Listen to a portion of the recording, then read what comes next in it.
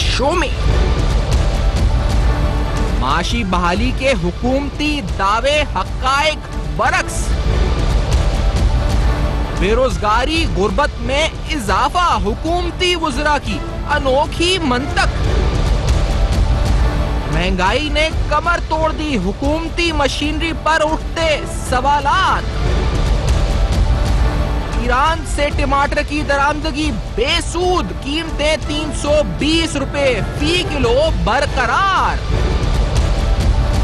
53% पाकिस्तानियों का सबसे बड़ा मसला महंगाई।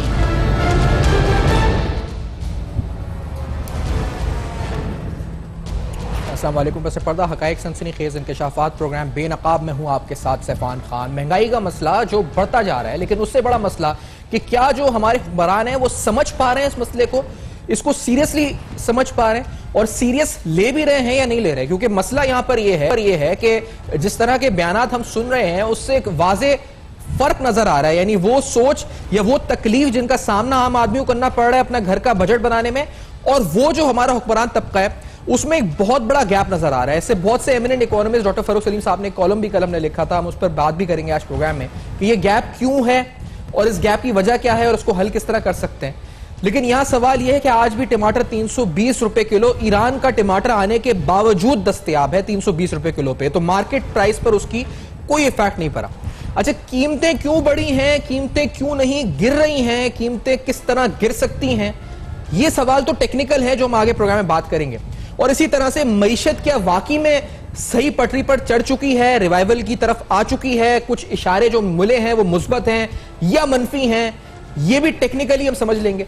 लेकिन मसला ये है कि हमारे हुकूमती वज़रा जो बयानात दे रहे हैं वो उनका सीरियसनेस लेवल जो है वो उसकी अक्कासी करते हैं कि उनको कितना पता है अवाम के दुख दर्द का, उसका अंदाजा उन बयानात से हम लगाते हैं। तो ज्यादा बड़ा अलमिया जिस तरह कहते हैं कि ये नहीं कि एक हादसा हुआ है, बल्कि ज्यादा बड़ा हादसा या अलमिया ये है कि हादसा हुआ है लेकिन उस पर बावजूद कोई हिल नहीं रहा है या वो उसको मजाकन ले रहे हैं। तो ये इस लिहाज से पहले आपको दिखाते हैं, जब टमाटर 320 रुपए पहुंच चुका है तो हफीज शेख साहब ने जो एक बड़ा प्रूफ बयान जिसका चर्चा हुआ और उन्होंने 70 रुपए किलो कहा, या तो वो कुछ कहते ना, अगर फरमाते तो कम से कम सही कीमत फरमाते, अगर कम नहीं कर सकते कीमत तो कम से कम खिताब ही ना फरमाते। लेट्स हियर दिस कि उन्होंने क्या कहा था।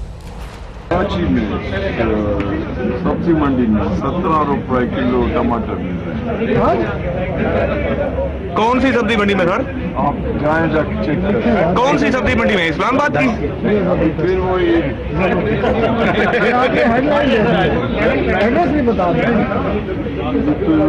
ऊपर चल रही है। टीवी में तो 240 चल रहा है, 240 चल रहा है, टीवी में तो जा रहा है 240 चल रहा है। मैंने आज 300 रुपए में खरीदा है।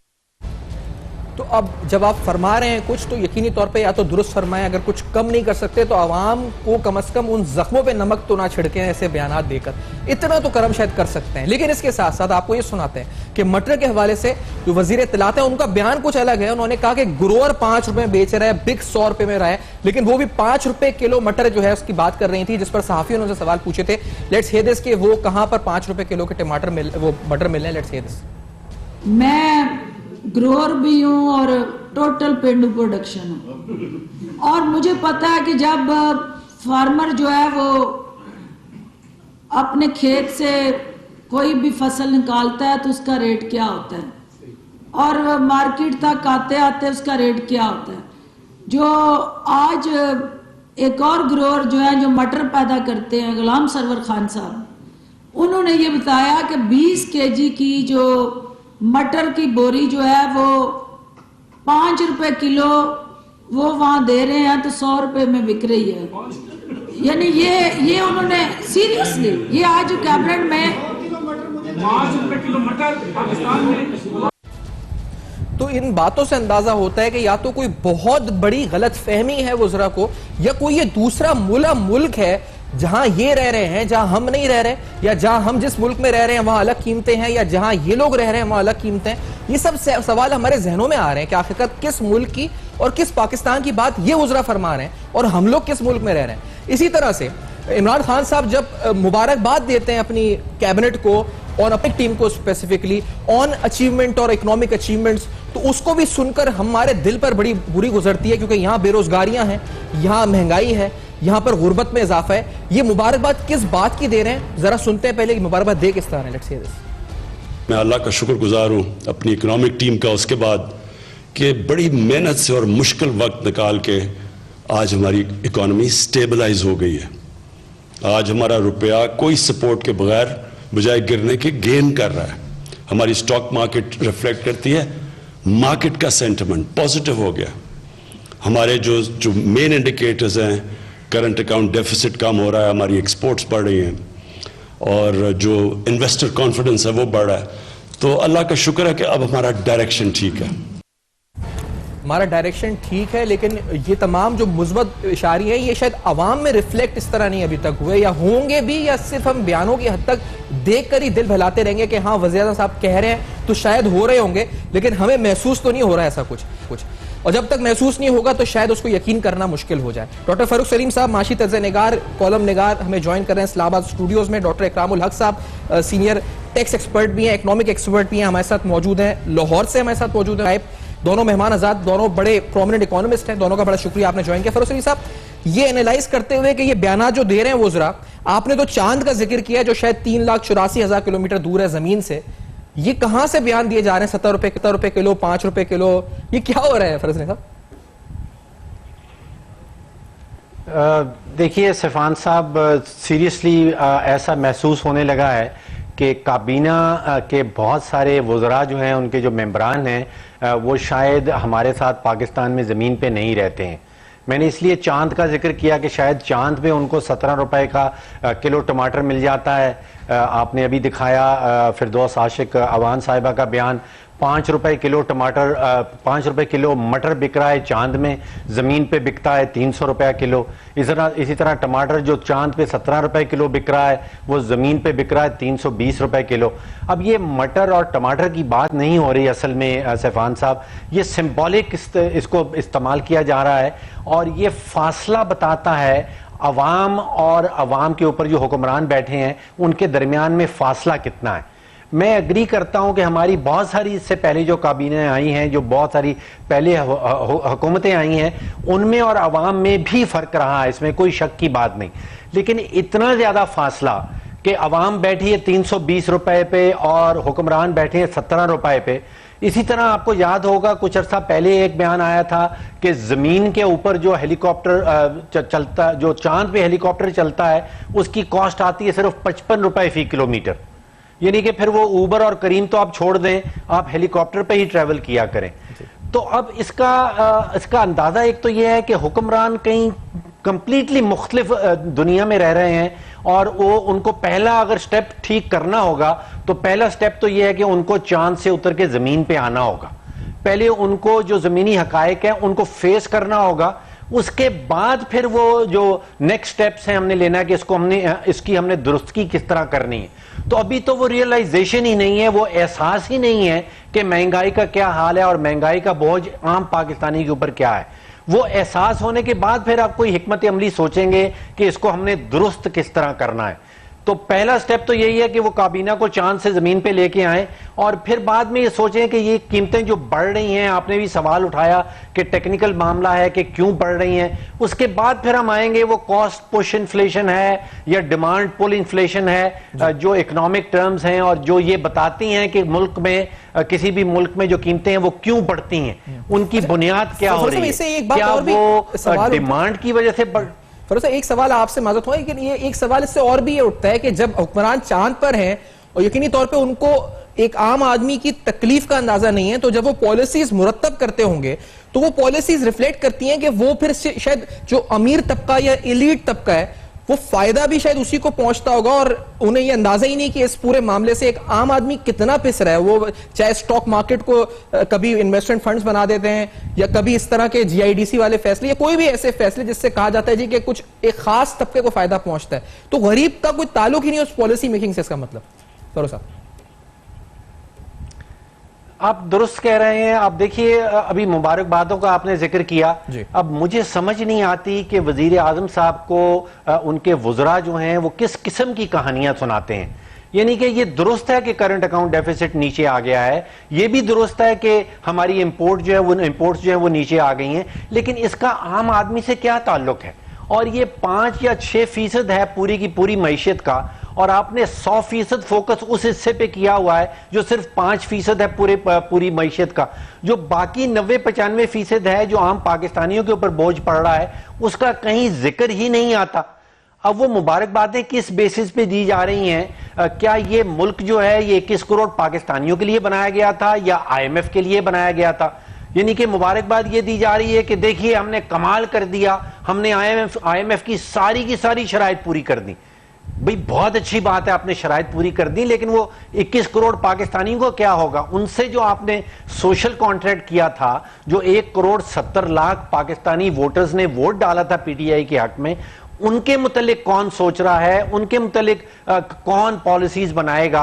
और अगर बनाएगा तो फिर वो 17 रुपए टमाटर वाले बनाएंगे, 5 रुपए मटर वाले बनाएंगे, और क्या असर होगा? आपने कहा कि इलीट्स के लिए बन रही है। इलीट्स तो मेरा ख्याल है कि खत्म होती चली जा रही है सैफान साहब इस मुल्क में। जो मिडिल क्लास था साल भर पहले, वो लोअर मिडिल बन गया है। जो लोअर मिडिल था वो तो शराय गुर्बत से नीचे गिर गया है। अब वो जो 8-10 लाख लोग पिछले 1 साल में बेरोजगार हुए हैं, उनको हम क्या कहानी सुनाएंगे कि हमने IMF की सारी शराइत पूरी कर दी? हम उनको ये कहानी सुनाएंगे कि वो एक टर्म होती है करंट अकाउंट डेफिसिट, वो हमने बहुत तेजी से हम नीचे ले आए हैं। तो एक तो फोकस ही दुरुस्त नहीं लग रहा, जो माशी पॉलिसीज है उनका फोकस ही आउट है। वो फोकस सारा का सारा शायद IMF की तरफ। ठीक है, एक ब्रेक लेते हैं छोटा सा। डॉक्टर इकरामुल हक साहब, आपसे भी फरूख सलीम साहब भी साथ मौजूद हैं, और बात बड़ी दुरुस्त और बजा के जो 70 रुपए किलो टमाटर समझ रहे हैं, तो पहला मसला तो शायद ये है कि उसको 17 से 320 पे लेके आए कि फिर वो पॉलिसी बनाए जो 320 वाले के लिए पॉलिसी बने। जब तक वो उसे 17 का समझता रहेगा तो वो पॉलिसी भी 17 के हिसाब से बनाएगा। तो वो एहसास वो कौन सा, कहीं IMF सिखाएगा, वर्ल्ड बैंक सिखाएगा, पार्लियामेंट सिखाएगी, हम सिखाएंगे, कहां से एहसास आएगा? इस ब्रेक के बाद ये सवाल भी। और इमरान खान साहब ने आज भी महंगाई पे बात की है, वो क्या की है हम वो भी सुनाएंगे आपको इस ब्रेक के बाद। Let's take a break.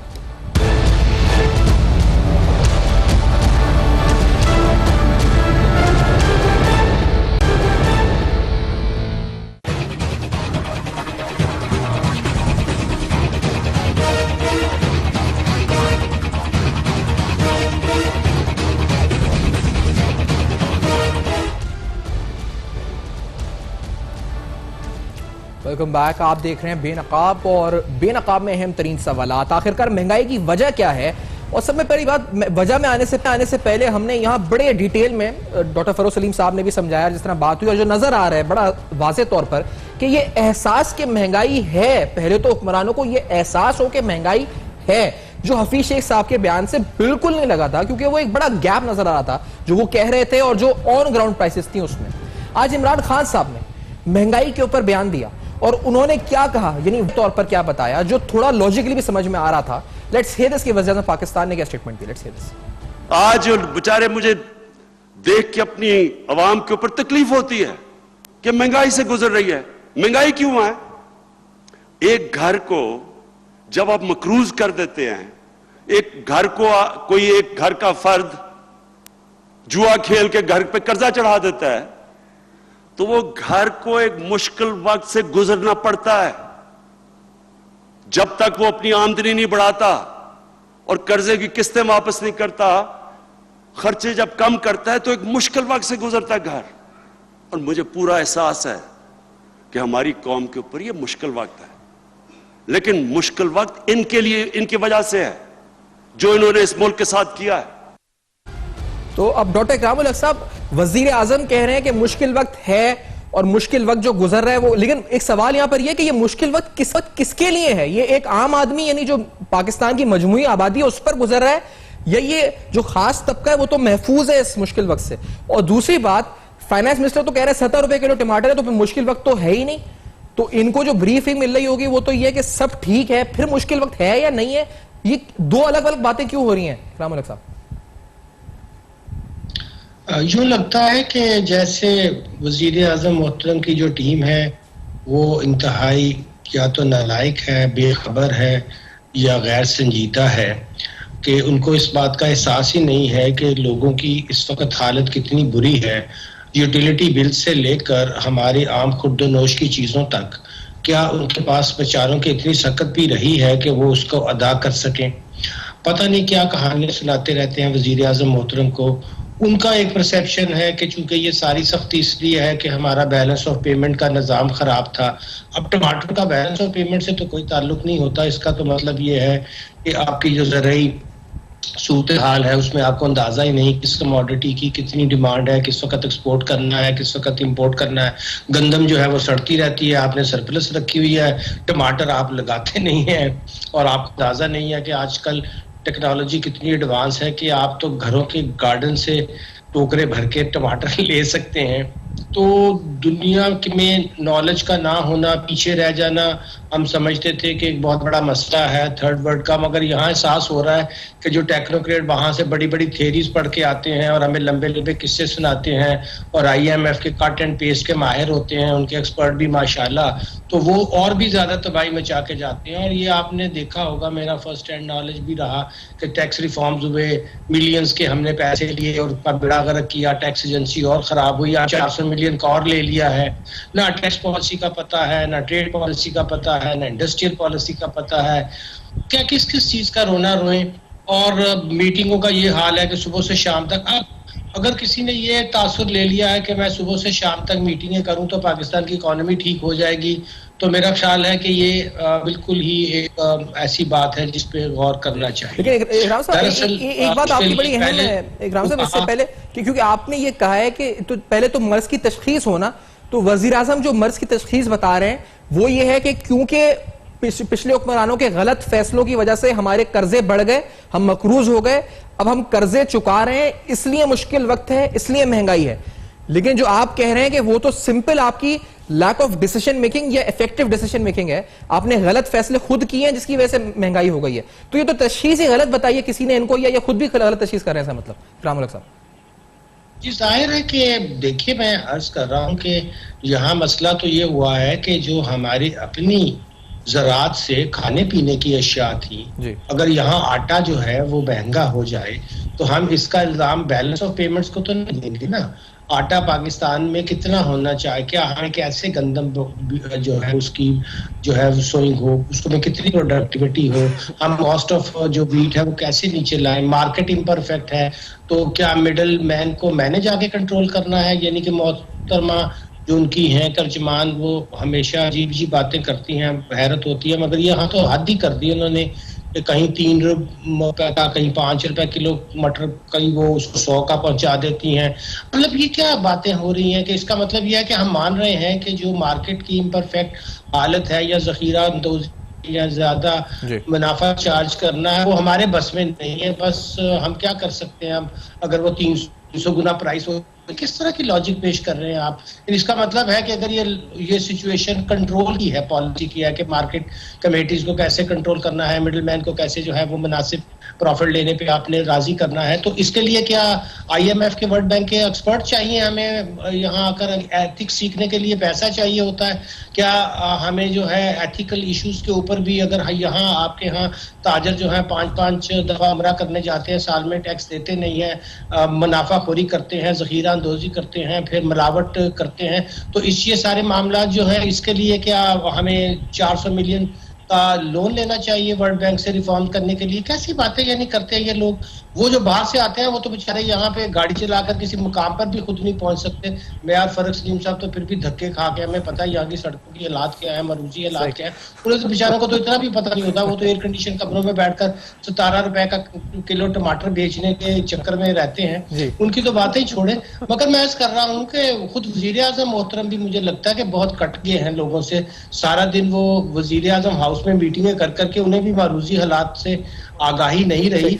मसला सिंपल है कि आपकी एग्रीकल्चर बहुत धक्कियानुसी है, उसकी प्रोडक्टिविटी बढ़ाने की जरूरत है। इनपुट्स को जो है आप पेस्टिसाइड पे आप जो है वो फर्टिलाइजर उसकी लूटमार हो रही है। इस मसले की तह पे इसके हल की तरफ भी जाएंगे आपकी जो फर्टिलाइजर कंपनियां हैं, इकराम से इसके हल में भी जाएंगे। लेकिन मैं फिरदौस हशीम साहब ने एक और स्टेटमेंट भी दी थी, क्योंकि ये तो हमने आपको जो वज़ीर आज़म का जो कॉन्सेप्ट है, मैं आज ही उन्होंने जो फरमाया था वो समझाया कि क्यों मुश्किल वक्त है। तो और आज जो फिरदौस हशीम साहबा की स्टेटमेंट इससे पहले है वो 12 तारीख की गलबन, उस स्टेटमेंट में उन्होंने जो सप्लाई चेन है महंगाई की, कि किस तरह फार्मर और फिर उस तरह से गठजोड़ होता है और क्या होता है, उसकी वजह से किस तरह महंगाई बढ़ती है, वो फैक्टर्स क्या है, वो उनकी समझ क्या है, लेट्स हियर दिस, ये भी देखते हैं। फार्मर मार्केट क्योंकि ये कैबिनेट ने ऑब्जर्व किया कि 40% का गैप है। आप जो प्रोड्यूसर है, जिससे वो मंडी में जो अपना वो बेचता है कोई भी अजनास, और खरीदार तक पहुंचते पहुंचते 40% उसके अंदर इंक्रीज है, और बाज केसेस में 60 to 100% भी प्राइस इंक्रीज है। तो जो मिडिल मैन है, जो आड़ती है, वो जिस तरह आम हमारा जो साइल या कंज्यूमर या एंड यूजर है, उसका लहू चूस रहा है। इनको पता है जी कौन लहू चूस रहा है, किस तरह चूस रहा है, लेकिन सवाल ये है कि इस पर एक्शन क्या मैं लूंगा, यानी लहू कोई चूस रहा है, या आप आवाम लेंगे, या ये खुद लेंगी, या कोई और लेगा? ये सवाल है। फरूख सलीम साहब, आप समझ पे कि उन्होंने बड़ा अच्छा कॉन्सेप्चुअली समझा दिया सप्लाई चेन, लेकिन ये रोकेगा कौन अगर कोई लहू चूस रहा है किसी का? तो देखिए सैफान साहब, ये जो मिडिल मैन है, ये कोई नई मखलूक तो पैदा नहीं हो गई।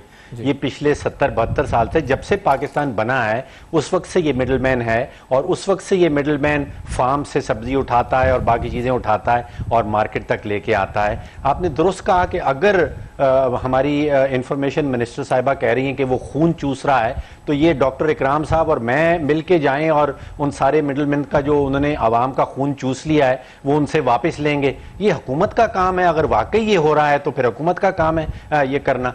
देखिए, जब हुकूमत आपकी 15 महीने से कायम है, 15वें महीने 16वें महीने में जाके आप इल्ज़ाम पिछली वाली हुकूमत को नहीं दे सकते। अगर आप देंगे तो वो अवाम में बिकेगा नहीं, वो अवाम मानेगी नहीं। मैंने जो 35-40 साल इकोनॉमिक्स पढ़ी है, मैं स्टूडेंट रहा हूं, मैंने दो किस्म की इन्फ्लेशन पढ़ी है, मुझे पढ़ाई गई है। एक कॉस्ट पुश इन्फ्लेशन कहलाती है और एक डिमांड पुल इन्फ्लेशन कहलाती है। यानी कि महंगाई की दो इकसाम है। एक डिमांड पुल का मतलब यह है कि आपके पास सप्लाई कम रह जाती है। अगर 100 केला मार्केट में है और लोगों की जेब में बेतहाशा पैसा है और सब लोग चले जाते हैं केला खरीदने के लिए, तो केले की कीमत जो है वो बढ़ जाएगी। अब ये हालात तो पाकिस्तान में है नहीं। यहां पे तो लोगों के पास जेब में पैसा बचा ही नहीं है। जो आमदन आती है वो तेजी से गिर रही है। इखराजात इतने बढ़ गए हैं कि आपकी तनख्वाह में से अगर आप बिजली का बिल निकाल लें, गैस का बिल निकाल लें और इजाफी टैक्सेशन निकाल लें तो फिर कुछ जेब में बचता नहीं है। तो यहां पे डिमांड पुल इन्फ्लेशन तो है ही नहीं। लोगों के पास इतना पैसा नहीं है कि वो जाके खरीद। यहां पे कॉस्ट पुश इन्फ्लेशन हो रही है, जिसका मतलब यह है कि जो फार्मर है उसकी बिजली महंगी है, उसकी गैस महंगी है, जो मिडिलमैन है उसका डीजल महंगा है। इन सब इनपुट्स की वजह से यहां पे कीमतें जो हैं वो बढ़ गई हैं। अब बिजली की कीमत जो है वो फार्मर ने तो नहीं बढ़ाई, ना ही वो मिडिलमैन ने बढ़ाई है। जो गैस की कीमत है वो भी हुकूमत ने बढ़ाई है। जो इजाफी टैक्सेस पड़ रहे हैं वो भी हुकूमत ने बढ़ाए हैं। जो खाद की कीमत बढ़ गई है वो भी हुकूमत ने बढ़ाई है। तो इसमें ब्लेम किसके ऊपर डाला जा सकता है? ये प्योरली कॉस्ट पुश इन्फ्लेशन है और ये महंगाई की वजह हुकूमत खुद बनी हुई है। यहां पे खुद बनी है। अच्छा, इसमें इकराम साहब आप भी कुछ फरमा रहे थे कि ये जो आप इसी महंगाई पे, मैं इसके बाद जो आना चाह रहा हूं वो दूसरे दावे के ऊपर है कि इकोनॉमिक रिवाइवल हो रहा है, तो वो हम अगले सेगमेंट में आएंगे आप दोनों की राय इस पे। लेकिन इकराम साहब, महंगाई पर do you have the same opinion? Furrows Salim साहब जो कह रहे हैं कि कॉस्ट पुश है, बिल्कुल वाज़ेह तौर पर है, इसमें और कोई वजह नजर नहीं आ रही। अच्छा, ब्रेक का कहा जा रहा है, तो इस सवाल को भी और मजीद बात भी इस ब्रेक के बाद हम करते हैं। आफ्टर दिस ब्रेक हम वापस आते हैं और अहम तरीन सवाल उठाते हैं कि एक और दावा है जी इकोनॉमिक रिवाइवल का, कितनी हकीकत कितना फसाना, जानेंगे ब्रेक के बाद।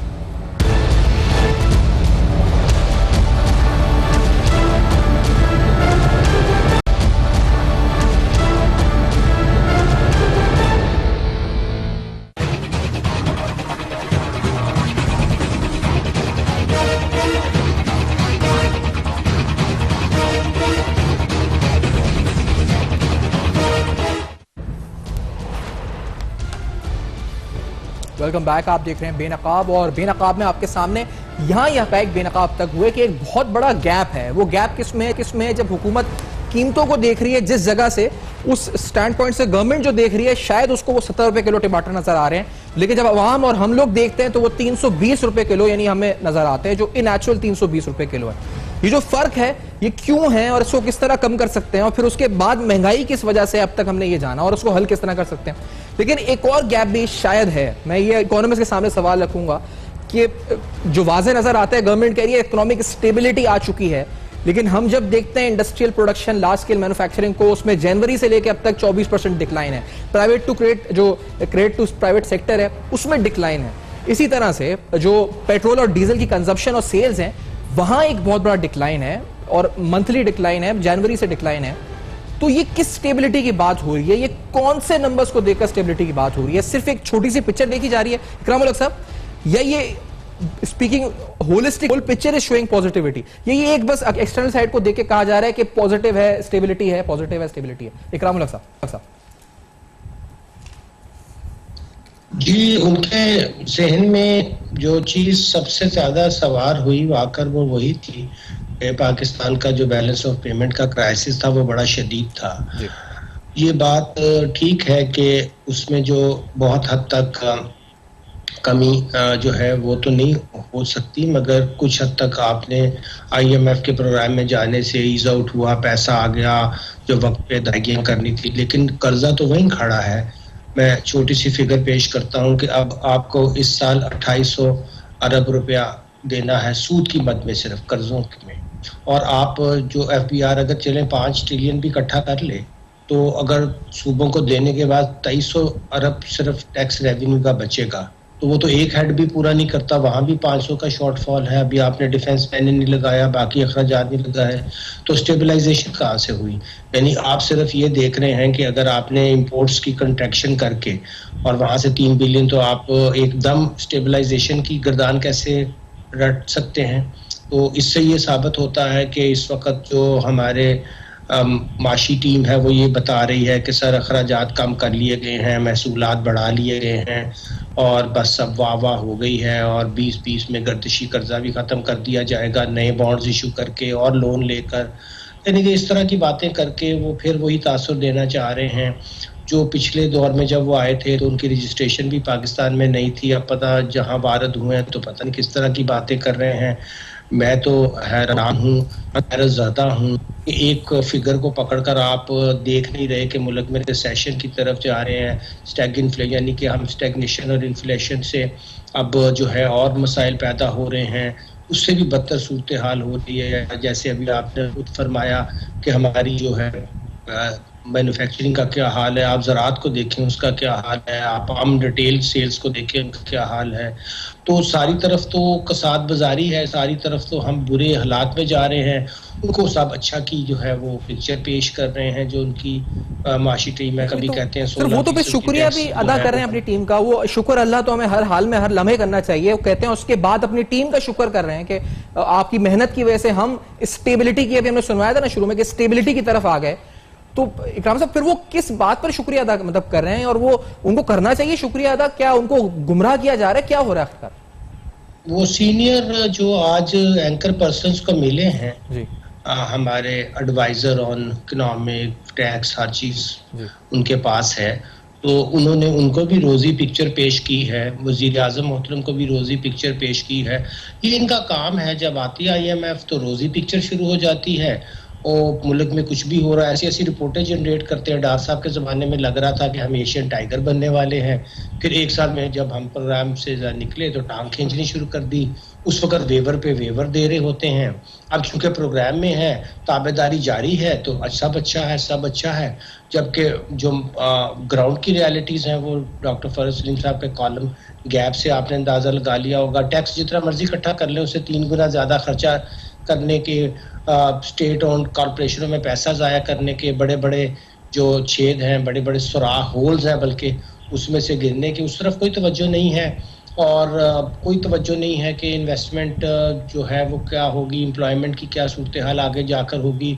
ग्रोथ रेट हमारा गिर रहा है, आबादी बढ़ रही है, पब्लिक डिलीवरी सिस्टम है कोई नहीं। फिर इसके बाद तो आप रोज़ी पिक्चर्स पेश करें, एंकर्स को बुलाएं, जो मर्जी करें, वो 17 रुपए टमाटर वाला तासुर दूर करने की कोशिश करें। ये ऐसे हो नहीं सकता ना, क्योंकि जाहिर है कि जो लोग अच्छा इकराम साहब एक बात अभी महंगाई पर हुई थी, इससे पहले फरोज साहब का भी ओपिनियन हम लें उसी पे, बल्कि पहले आपको सुनवा देते हैं क्योंकि ये बात प्रोविंशियल गवर्नमेंट के डोमेन में आती है या गवर्नमेंट के डोमेन में आती है। ये भी एक वैसे है तो नहीं, ये है नेचुरल ब्लेम गेम है। बिलखुसूस मैं कराची में हम जो रहते हैं हमने तो देखा है, यहाँ तो सिटी हुकूमत सूबाई हुकूमत पर, सूबाई हुकूमत वफाकी हुकूमत पर डालती रहती है सारे। तो महंगाई भी शायद ये खेला जा रहा है गेम। लेट्स हियर दिस के जो स्पेशल एडवाइजर ऑन इंफॉर्मेशन है उन्होंने क्या बयान दिया था। Let's hear this. हमें जब उस सूबे की परफॉर्मेंस रिपोर्ट मांगी जाएगी और ख़ास तौर पे जिन दो सूबों में हमारी हुकूमत है, तो हमें फाइन, गिरफ्तारियां या छापों से दिलचस्पी नहीं। हर महीने वो हमें बताएंगे कि पिछले महीने ये कीमत थी और उस महीने जो एक महीने बाद वाली मीटिंग है उस कीमत को नीचे लाने में किस तरह कामयाब हुए और कितना उन्होंने उस कीमत को नीचे लाए। और उसमें जो ज़हीरा अंदोज हैं, होलसेलर हैं, आपके स्टॉकिस्ट के साथ होल्डिंग, जो इस पे नजर रख के वजीर आजम ने ये बार बार कहा कि छोटे दुकानदार और रेडी वाला उस पे फोकस करने की बजाय जो आपके मेन स्टॉकिस्ट हैं उन पे नजर रखें। अच्छा डॉक्टर फरूख साहब, आप इस पे कुछ फरमाएं, क्योंकि ये तो सूबाई हुकूमत इनको रिपोर्ट पेश करे, एक तो ये बात, फिर दूसरी बात ये इकोनॉमिक रिवाइवल जो शुरू में हमने सवाल इकराम साहब से पूछा वो क्या है, मतलब वो क्यों ऐसे मुबारकबाद दे रहे हैं कैबिनेट मेंबर्स को अपने, ऐसा हमने क्या अचीव किया है, क्या कोई बड़ा माइलस्टोन अचीव कर लिया जिसके बारे में मुझे नहीं पता, आवाम को नहीं पता, आपको नहीं पता, वो कोई हमसे पस्से पर्दा क्या हुआ आखिरकार ऐसा जो इतनी अचीवमेंट्स पे तालियां बज रही हैं। डॉक्टर साहब जी, सैफान साहब, पहली बात तो यह है कि दोबारा से आई थिंक महंगाई की वजूहात को समझा ही नहीं जा रहा। यहाँ पे हुकूमत शायद ये कह रही है कि डंडे का इस्तेमाल करेंगे, सूबाई हुकूमत को कहेंगे कि डंडों का इस्तेमाल करें, कोई प्राइस कंट्रोल कमेटीज बना दी जाएंगी और बिठा दी जाएंगी और शायद वो डंडे के जोर पे कीमत को नीचे ले आएंगे। ऐसा नहीं हो सकता। अगर ये कॉस्ट पुश इन्फ्लेशन है और हुकूमत ने खुद से गैस की कीमत बढ़ाई है, हुकूमत ने खुद से बिजली की कीमत बढ़ाई है, हुकूमत ने खुद से डीजल की कीमत बढ़ाई है, तो नेचुरली जो प्रोडक्ट फार्मर बना रहा है और जब वो मार्केट तक पहुंचेगा तो उसकी कीमत ज्यादा ही होगी। डंडे के जोर पे आप उसको नीचे नहीं ला सकते। आपका जो पहला सवाल था वो बड़ा उम्दा है कि क्या इकोनॉमिक रिवाइवल शुरू हो गई है अगले 6 महीनों में, साल भर में जो रोजी पिक्चर दिखाई जा रही है क्या वो सामने आ जाएगी? तो इसका बड़ा आसान जवाब ये है कि इकोनॉमिस्ट ये कहते हैं कि आपने सिर्फ और सिर्फ 2 चीज़ों पे नज़र रखनी है और वो आपको बता देंगी कि अगले 6 महीने या साल भर में आपकी इकोनॉमी बेहतर होने वाली है या नहीं। पहली चीज़ कहलाती है जिसको कहते हैं are we adding to our capital stock, क्या हम अपनी जो तादाद है, जो क्वांटिटी है मशीनरी की, उसको बढ़ा रहे हैं या नहीं। अगर तो मशीनरी मुल्क के अंदर बढ़ाई जा रही है, ज्यादा लगाई जा रही है, तो फिर हम ये कह सकते हैं कि अगले 6 महीने साल के बाद वो मशीनरी जो हमने लगाई है वो प्रोडक्शन में आ जाएगी और हमारे हालात जो हैं वो बेहतर हो जाएंगे। इसका जवाब आप खुद दे दीजिए कि क्या मशीनरी के ऊपर हम एडिशन कर रहे हैं, क्या मजीद मिलें, प्लांट्स, फैक्ट्रीज पाकिस्तान में लग रही हैं। दूसरा सवाल ये है, ये कहलाता है कि लेबर आवर्स, के लेबर आवर्स अगर तो बढ़ रहे हैं, जो मजदूर काम कर रहे हैं, जो फैक्ट्रीज में काम कर रहे हैं, वो ज्यादा आवर्स डाल रहे हैं, तो फिर अगले 6 महीने साल के बाद आप रोजी पिक्चर दिखा सकते हैं कि यहां पे बेहतर हालात होने वाले हैं। तो यहां पे तो हम देख रहे हैं कि तकरीबन 10 लाख पाकिस्तानी बेरोजगार हो गए साल भर में, तो यहां पे अगले 6 महीने साल के बाद रोजी पिक्चर किस तरह आ सकती है। हाँ, एक चीज मुझे समझ में जरूर आती है कि अभी तक तो हुकूमत का तकरीबन 100% फोकस रहा है अकाउंटेबिलिटी के ऊपर। गवर्नेंस को तकरीबन पूरी तरह निगलेक्ट कर दिया गया, साथ ही साथ आपने मईशत को निगलेक्ट कर दिया, लेकिन जिनकी अकाउंटेबिलिटी होनी थी वो तो अब लंदन जा रहे हैं। तो अब तो अकाउंटेबिलिटी से फरागत मिल जाएगी, वहां से फारिग हो जाएंगे, तो शायद मईशत के ऊपर ज्यादा गौर व खौस कर सकेंगे। आपको लगा आज की तकरीर से कि शायद वो जो है इसका नाम क्या है गौर व खौस करेंगे? फरूख सलीम साहब, डॉक्टर साहब आपको लगा? देखिए, मैं जो आज की तकरीर से तो ये लग रहा है कि जो नैरेटिव है डंडा लेकर जी, फरूख सलीम साहब आपको लग रहा है? फरूख सलीम साहब,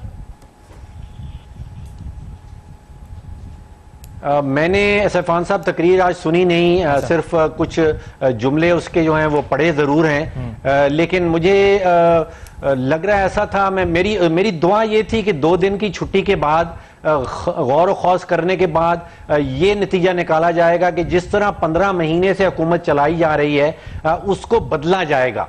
वो अभी वक्त I think is still too early कि क्या 15 महीने से जिस तरह हुकूमत चलाई जा रही है उसमें कोई तब्दीली लाई जाएगी या नहीं? सही है। इकराम मलिक साहब, आपको लगा क्योंकि कोई चेंज है, कोई और चेंज है तो होना तो पहले क्या चाहिए, टीम को चेंज कर दें आप, क्योंकि आप तो इकराम मलिक साहब जो मिनिस्टर ऑफ फाइनेंस, जो एडवाइजर टू फाइनेंस हैं, उन पर भी आप कह रहे हैं जी कि बाहर से आए हैं, उनको क्या पता, और वाकई में उनको नहीं पता 70 रुपए किलो का टमाटर कह रहे हैं, तो क्या चेंज हो, फिर दोबारा इकोनॉमिक टीम चेंज कर दें? सुना असद उमर साहब is back in the cabinet also, minister of planning, तो क्या कलमदान चेंज हो, क्या हो इकराम मलिक साहब?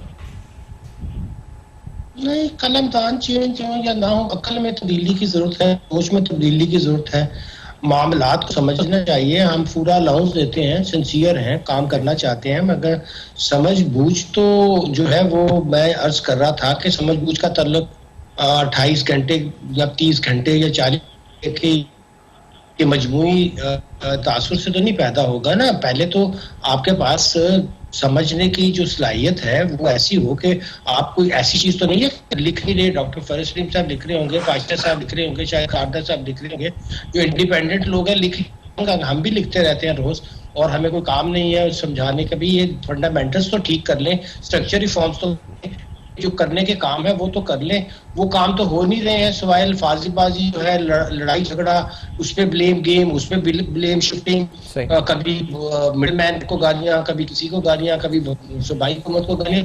तो इस मोड से निकलेंगे, कोई सोच विचार करके अच्छी पॉलिसीज का इजरा करेंगे, कोई अच्छे एक्शंस लेंगे, तो फिर ही सूरत होगी ना। सिर्फ अल्फाजी से तो सूरत है, यहाँ तो है कि मीडिया में अल्फाजी करो, रोज आकर जो है वो एक दूसरे के ऊपर जो है वो ब्लेम गेम शिफ्ट करो। अभी तक यही समझ नहीं आ रही कि कब पिछली हुकूमतों की जान छूटेगी। अब वो भी उन्होंने क्राइसिस पैदा किया, बैलेंस ऑफ पेमेंट क्राइसिस पैदा किए थे, टमाटर का क्राइसिस भी पैदा कर रहे हैं अभी भी पीछे बैठ कर। इंपॉर्टेंट बातें सारी सिर्फ वक्त इख्तिताम पर पहुंच रहे हैं। आपका शुक्रिया अदा करते हुए डॉक्टर फरोज का माहिराना राय आपकी सामने आई, बड़ा जरूरी था जी कि जो पिक्चर पोर्ट्रे की जा रही है, दिखाया जो जा रहा है वो कितना हकीकत है, कितना झूठ है, या कितना मैनिपुलेटिव है। कुछ हिस्सा दिखाया जा रहा है, सिलेक्टिव हिस्सा दिखाया जा रहा है अच्छा, और बाकी हिस्सा मेजॉरिटी छुपाया जा रहा है। बड़े अहम सवालात। फीडबैक फेसबुक, ईमेल और ट्विटर पे आपका मौसूल होता है। देखते रहिएगा। अब तक अपना बहुत ख्याल रखिए।